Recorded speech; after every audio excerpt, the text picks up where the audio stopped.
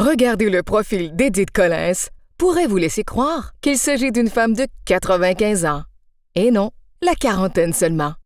Édith, c'est une amie qui a un sens de l'humour incroyable. Quelqu'un que, lorsqu'on est avec elle, on rit tout le temps. Elle est toujours très souriante, très enjouée. Donc, c'est une personne avec qui on a du plaisir avec elle. Ce qui m'a plu chez Édith, quand je l'ai rencontrée ou quand je l'ai connue, c'est son sourire, sa spontanéité, et sa joie de vivre. Là, c'est agréable, c'est le fun. Ma fille est attentionnée, dévouée. Et je dirais qu'Édith, la plus grande qualité, c'est la persévérance puis l'écoute aux autres. Elle est généreuse, elle est fonceuse.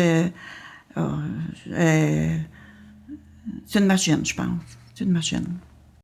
Née à Val-Bélair, en banlieue de Québec, troisième d'une famille de 4 enfants, celle que l'on surnommait Grippette était pourvue de tout un caractère. Edith, elle voyait que son grand frère se faisait intimider partout à l'école. Elle était toute jeune, elle ne devait pas avoir 5 ans encore. Puis elle était allée glisser en Crazy Carpet, tu sais, c'est la face en avant, là, en Crazy Carpet. Il y a un jeune qui l'a fait tomber son frère. Fait que là, elle l'a attendu en bas de la côte. Quand elle est arrivée, elle lui a donné un bon coup de pied dans le front. Diplômée en comptabilité option finance au cégep de Drummondville et en gestion de commerce international au Collège Élis, elle décrocha son premier emploi chez PH Vitres d'Auto. Ensuite, ce ne fut pas un coup du destin, mais un brillant coup du conjoint. Christian Baudet, cherchant un nouveau défi pour sa douce, envoya son CV à la rôtisserie Saint-Hubert de Drummondville à la recherche d'un commis comptable. C'est donc en travaillant auprès de Sylvain Leduc, directeur de la rôtisserie à l'époque, et de Francine Bélanger, propriétaire de la firme Les Services comptables Belmont, responsable du restaurant, qu'elle acquiert l'expérience et développe la rigueur qu'on lui connaît. C'est une personne qui aime les défis, c'est une personne qui relève les défis. Donc pour moi, ça fait d'elle l'ultime femme de feu. Vous pouvez compter sur elle n'importe quand, n'importe quelle heure, à n'importe quel moment, qu'elle sera toujours présente pour nous. En 1998, Christian acquiert la maison familiale à Saint-Norbert d'Arthabasca, son village natal, pour en faire un dépanneur qui jadis abritait un magasin général, une banque et un bureau de poste. Tout en administrant ce nouveau commerce, Édith Collins se trouve toujours à l'emploi de Saint-Hubert. 1999, Monsieur Leduc fait l'acquisition du Saint-Hubert de la Chine. Édith consacre une journée dans sa semaine déjà chargée à cette nouvelle succursale. La firme comptable de Madame Bélanger est aussi en pleine expansion au sein du groupe Saint-Hubert. Édith Collins hérite entre autres de la formation des adjointes dans plusieurs rôtisseries du Québec. Les défis stimulants à la hauteur de cette femme épanouie dans l'action ne cessent de pulluler. Ah, j'oubliais, les enfants. Étienne est né en 1994 et Vincent en 2003. Comme Christian était déjà père de 2 enfants, ceci fait d'elle aujourd'hui une grand-mère. La naissance du dernier avait imposé un ralentissement. Les allers-retours à Montréal ont donc cessé. Mais à peine 1 an plus tard, en manque d'action, Édith Collins devenait adjointe à la direction générale de la municipalité de Saint-Norbert. Pourquoi pas? C'est à cette époque, faute de ressources, qu'elle met sur pied avec 3 autres mamans un service de garde jusqu'alors inexistant.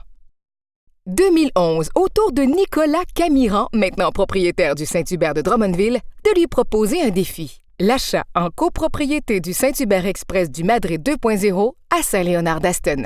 Ce dernier a reçu un nombre colossal de distinctions, dont les meilleures ventes en ouverture de l'histoire de Saint-Hubert. Tous ces honneurs grâce à la rigueur de toute une équipe menée par une femme humaine et rassembleuse. Sa devise, « Seul, on va plus vite. Ensemble, on va plus loin. » Qu'est-il devenu du dépanneur dans le charmant village de Saint-Norbert? Vendu en 2013. Sans doute en raison de trop de temps libre, à l'été 2016, Christian faisait l'acquisition d'une franchise de la fromagerie Victoria. Novembre 2017, Édith et son frère Michel se lançaient dans une nouvelle aventure avec l'ouverture d'un nouveau restaurant fromagerie Victoria à Drummondville. Un défaut pour Édith? Qu'est-ce que pourrait être un défaut pour Édith? Et là, ça va être difficile, là. Je vous dirais de trop se donner. À part le fait qu'elle est souvent en retard, c'est à peu près la seule chose qui me fait rire tout le temps. Edith, c'est quelqu'un qui est toujours en retard. Elle dit qu'elle va être là vers 6 heures, mais elle est là vers 8 heures. Parce que c'est une femme de feu, puis elle est dans son travail.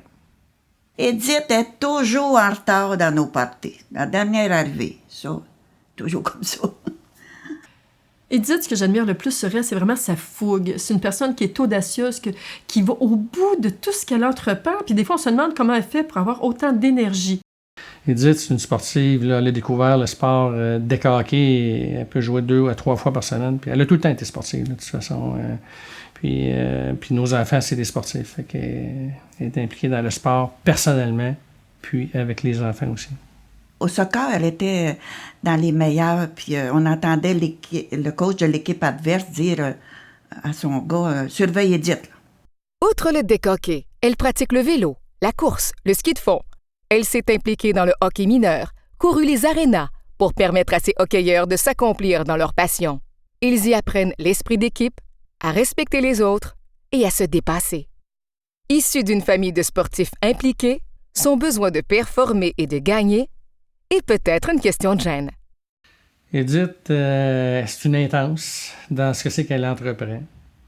Que ce soit dans son travail, quand elle était dans ses cours au cégep,